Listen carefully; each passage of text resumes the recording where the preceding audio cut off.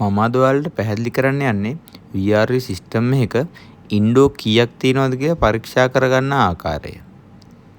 ඉතින් මේ තියෙන්නේ VRE 4 සිස්ටම් එකක්. මේ තියෙන PC එක තමයි VRE සිස්ටම් එකේ main PCB එක.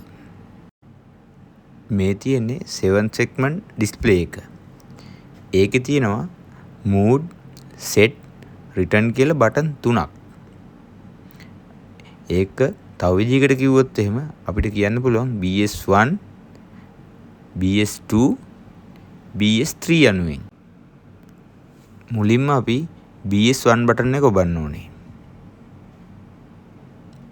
ඊට පස්සේ BS2 බටන් එක අපි 10 පාරක් ඔබන්න ඕනේ.